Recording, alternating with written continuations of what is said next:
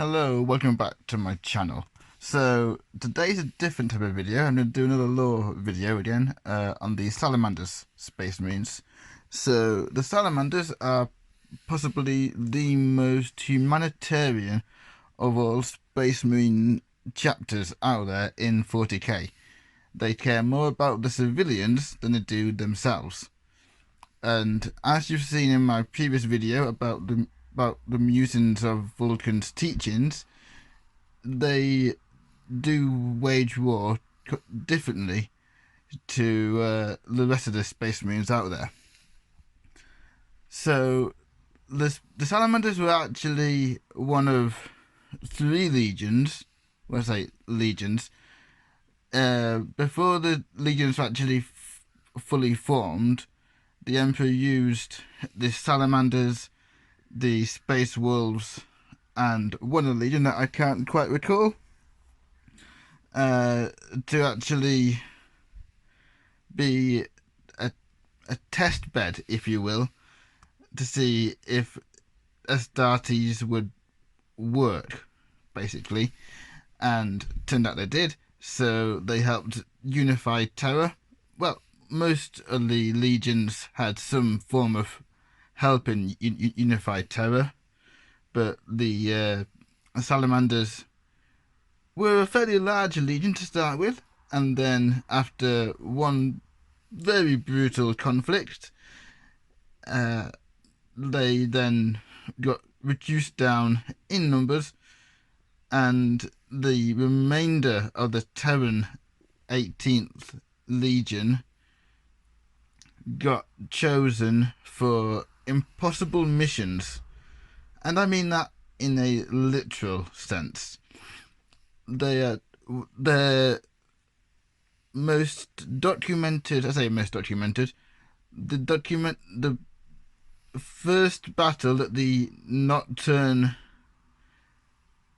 contingent of the 18th Legion had, after being fully trained up by Vulcan, was in the Taras system against the Orcs, and the anvil that they were falling against as the hammer was the Terran 18th Legion. So, I say the Terran 18th were fighting against the Orcs in the Taras system, and they actually were doing really well to try and kill the Orcs, even though the Orcs were without number and had an attack moon. Which I find this is a slight discrepancy. There's an attack moon in the Heresy era, and then there's an attack moon in the War of the Beasts series, and then that's it. They don't use it ever again. You'd thought if you're making big attack moon, you can find a way of repeating it more than once in the 10,000 years in between the first one and the second one. But there we go. That's just a little by-the-by. Yeah, so Vulcan joins up with the Nocturnian 18th Legion, and they fly off to Taras, and as they are not expected by the Orcs, they use the surprise as their greatest weapon. They destroy thousands of Orc rocks and hulks and generally just ships that the Orcs have flown in on. They launch a termite, actually, a termite assault drill at the, as well as boarding torpedoes, at the attack moon, and Vulcan fights the leader in solo combat, because Vulcan is as a Vulcan does, and 8,000 Marines, because there was about 1,000 per team, if I recall correctly, from the book Vulcan by David Annandale, all pile out of the termite, and they set about making a mess of the attack moon. And with a seismic charge given to each of the praetors, who were leading these companies of space marines around, they got these 7 charges placed. They all fell back in good order back to the ship, and the seismic charge is detonated, thereby causing the attack moon to explode, and it literally just did not bother the Orcs in one jolt, really, because the Orcs were enjoying a big fight down on the planet's surface. But with the Orc reinforcements then stopped completely, this gave the Terran 18th, who were using all sorts to try and kill these Orcs. I mean, the Terran 18th had used well, they put a prefabricated base right near a active volcano, which is dangerous in and of itself. And then on top of the base, they had earth shaker cannons, which are giant artillery cannons, firing repeatedly. They had las cannons firing constantly on the top as well to try and take out the vehicles. Then you have all the legionaries who are firing their bolters, plus any other heavy weapons that they've got, like las cannons, multi-melters, rotor cannons, you name it. They were all firing away, and they can fire all day, all night. And in fact, at one point, the Lord Commander, who was commanding this Terran army, Terran 18th Legion army of the Salamanders, actually stopped looking at his chronograph during it, because he didn't want to know how long he'd been there fighting. So yeah, this is a long battle, and say the Orcs never really gave up, because Orcs do as they want to do. But before they finish fighting, that makes no sense. As the Orcs were so busy focusing on the Salamanders could then get the refugees away from the planet into another system to keep them safe, and then they focused all their efforts on trying to destroy these Orcs. And yeah, it's not been that. Let's say there were 3,000. I believe around 3,000 Terran Marines left at the end of this fight in the Taras system. And yeah, it's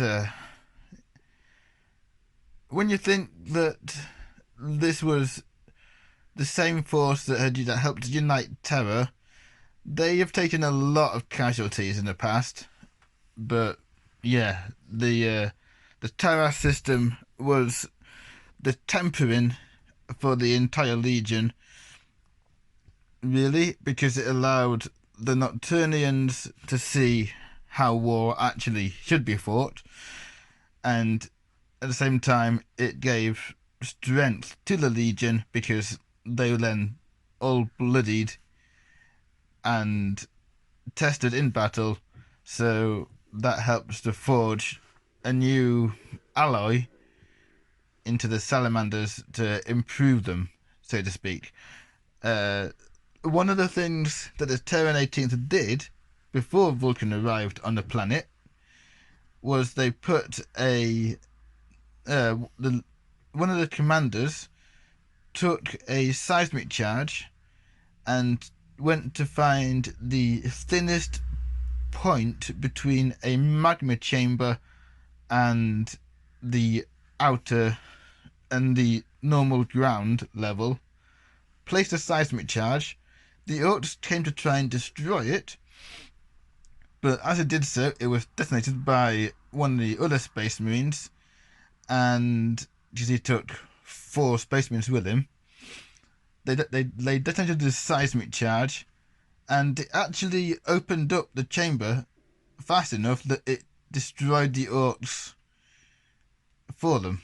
And yeah, they've been trying to use various parts of the planet to try and destroy this Orc horde for days or weeks, maybe even months. And this fight, they kept on giving a bit, not giving ground, but they would draw the Orcs' attention to a different planet in a system. Then the Orcs would follow them across, start fighting there. That would get evacuated, and repeat. So yeah, the Salamanders have been quite a bloodied legion. And then the next major conflict was the Istvan 5 drop site massacre. And the call it a massacre is accurate. It was a massacre. And it wasn't a massacre for the correct people. Because the Alpha Legion, the Iron Warriors, the Word Bearers, all turned on the Raven Guard, Salamanders, and Iron Hands. So those plus Fulgrim, Horus, and there was one more legion, because there was 6 against 3. It escapes me for the time being, but I'll record it later, or you'll comment it down down below in the comment section. So yeah, the Salamanders then became one of the so-called Shattered Legions, because, well, they were shattered in number. There were companies of Salamanders around, hence the Shattered name. But that was about it, really. They now have around... Well, they have 2 successive chapters. One is called the Storm Giants, the other is the Black Dragons. But the Black Dragons aren't actually confirmed as a successor chapter. I believe they have some of the flaws of the Salamanders, like the jet black skin and what have you, but other physical appearances do differ slightly to the parent legion. So yeah, the Salamanders have never been one of the largest forces in the 40k universe, or even in Heresy. Pre-Heresy, they were quite large, but then, as I say, they had a really bad battle, lost a lot of men in that battle, and never really returned back to those pre-Legion days. I have a theory that they were used as a means of testing if toughness or resilience could be altered in the Astartes gene seed, because that would then explain how the Death Guard came around, in my humble opinion. I may be wrong, but that's just me guessing here. Both legions are very similar in how they survive bolts, and I say how they survive bolts. The Salamanders are stubborn. The Death Guard are stubborn. The Salamanders can survive flame weapons more than most. The Death Guard have extra toughness in all against everything. So yeah, they're similar, but again, they're not too similar. They have their differences. So yeah, this is the Salamander's Lore video, and I shall see you all next time. Thank you for watching, and bye for now.